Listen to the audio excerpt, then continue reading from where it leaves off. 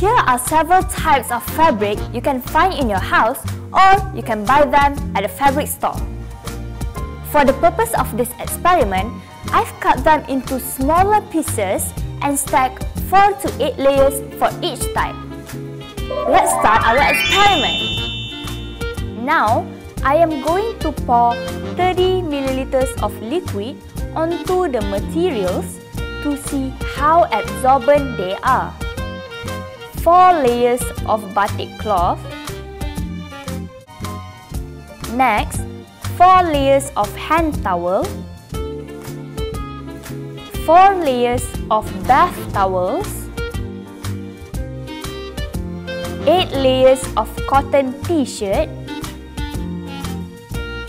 and finally a LaunchPad that has a piece of flannel, microfiber, and fleece. What we want to see is a dry piece of paper at the bottom. If the paper is wet, then you would probably want to stack more layers or change it into a more absorbent fabric.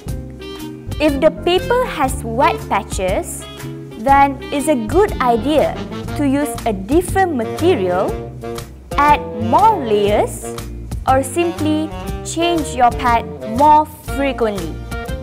Why don't you give it a try too?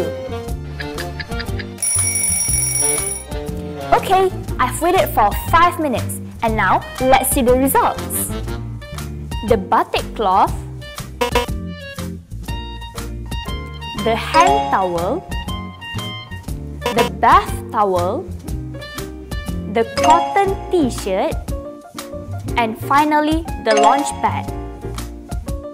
As you can see, some materials are great for pads and some not so much.